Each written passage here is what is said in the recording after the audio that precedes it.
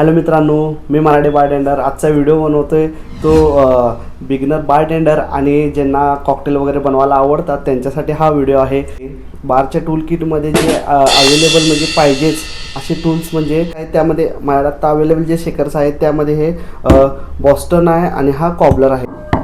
आणखी एक टूल म्हणजे जिगर, हा बारमध्ये खूप इम्पॉर्टंट असा रोल प्ले करतो. यामध्ये हे 30चा पॅक आहे आणि हा 60चा. हा म्हणजे पोरिंगसाठी हे यूज करतात 30-60 मेजरमेंटसाठी. हा आहे मडलर. ह्याचा यूज बारमध्ये होतो तो म्हणजे फ्रूट्स स्मॅश करण्यासाठी, मडल करण्यासाठी. त्यानंतर आहे बार स्पून. हा मोठा असतो, आपल्या रेग्युलर स्पूनपेक्षा मोठा असतो. हा आहे स्टिनर. स्टिनरचा यूज जे आईस असतो, जे काही फ्रूट्स वगैरे काय असेल ते होल्ड करण्यासाठी याचा यूज केला जातो.